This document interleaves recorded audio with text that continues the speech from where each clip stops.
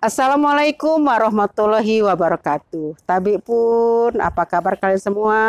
Tetap semangat ya, walaupun belajar di rumah. Pada mata kuliah kita, manajemen sumber daya lanjutan. Pada pertemuan yang ke-6, kita akan membahas tentang lingkungan kerja. Poin-poinnya adalah pengertian lingkungan kerja, jenis-jenis lingkungan kerja, dan faktor yang mempengaruhi lingkungan kerja. Oke, apa itu lingkungan kerja?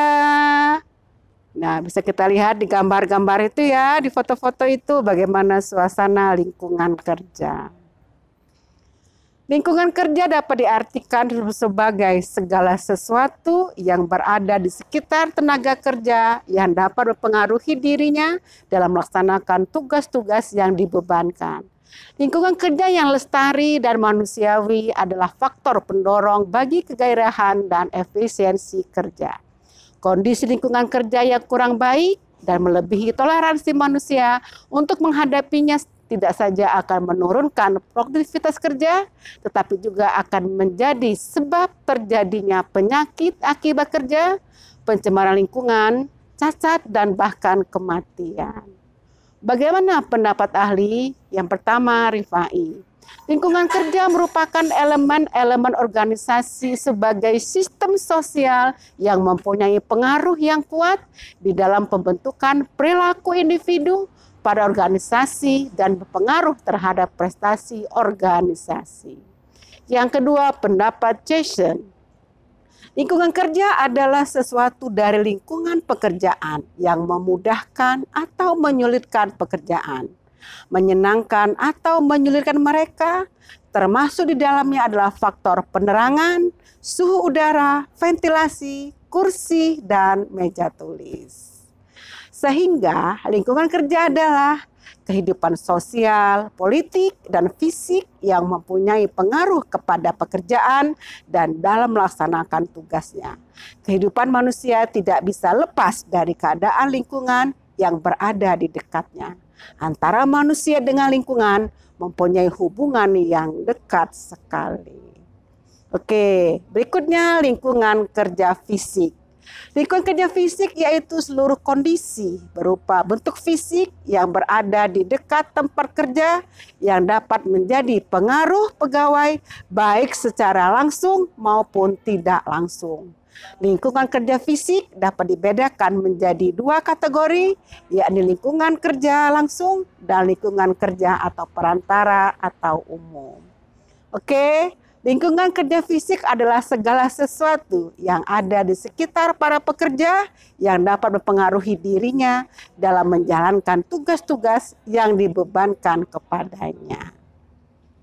Pembagian lingkungan kerja fisik ada dua. Yang pertama, lingkungan kerja langsung berhubungan dengan karyawan, misalnya pusat kerja, meja, kursi, dan lain sebagainya. Yang kedua, lingkungan kerja perantara atau umum, disebut juga dengan lingkungan kerja yang mempengaruhi kondisi manusia, antara lain temperatur, kelembaban, sirkulasi udara, pencahayaan, kebisingan, getaran mekanik, bau tidak sedap, warna, dan lain sebagainya. Berikutnya, lingkungan kerja non-fisik. Menurut Sudarmayanti, lingkungan kerja non-fisik adalah semua keadaan yang terjadi berkaitan dengan hubungan sesama rekan kerja ataupun hubungan dengan bawahan. Perusahaan seharusnya dapat memberi contoh kondisi yang mendukung kerjasama antar tingkat atasan, bawahan, ataupun yang mempunyai status yang sama. Kondisi yang harusnya tercipta adalah suasana kekeluargaan, komunikasi yang baik, dan terkendalinya diri. Sehingga lingkungan kerja non-fisik adalah kelompok lingkungan kerja yang tidak bisa diabaikan. Berikutnya, faktor-faktor yang mempengaruhi terbentuknya suatu kondisi lingkungan kerja dikaitkan dengan kemampuan manusia atau karyawan. Ini menurut Sudarmayanti. Yang pertama, penerangan ataupun cahaya di tempat kerja. Yang kedua, temperatur, suhu udara di tempat kerja. Yang ketiga, kelembaban. Yang keempat, sirkulasi. Yang kelima, kebisingan. Yang keenam, getaran mekanis. Bau tidak sedap. Tata warna. dekorasi di tempat kerja, musik, kemudian keamanan di tempat kerja. Oke. Keadaan lingkungan kerja yang baik. Lingkungan kerja yang kondusif adalah lingkungan kerja fisik seperti ruangan kerja yang luas dan bersih, peralatan kerja yang memadai, ventilasi dan penerangan yang memenuhi persyaratan, dan tersedia transportasi untuk melaksanakan tugas luar. Lingkungan kerja non-fisik antara lain berupa hubungan kerja yang menyenangkan, harmonis, dan saling menghargai sesuai posisi masing-masing, baik antara bawahan dengan atasan maupun sebaliknya, termasuk yang juga antar pimpinan dan unit kerja. Kemudian faktor-faktor yang lingkungan kerja, ada faktor fisika, faktor biologi, psikologi, faktor ergonomi, dan faktor kimia. Bisa kita simak ya. Berikutnya manfaat lingkungan kerja.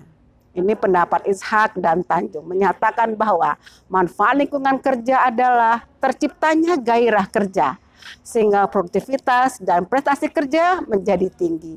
Sementara itu manfaat yang diperoleh karena bekerja dengan orang yang termotivasi adalah pekerjaan dapat diselesaikan dengan tepat, yang berarti pekerjaan diselesaikan dengan standar yang benar dan dalam jangka waktu yang sudah ditetapkan. Oke, semangat ya, simak lagi ya para pionir ibu. Tetap semangat, ibu akhiri. Wassalamualaikum warahmatullahi wabarakatuh.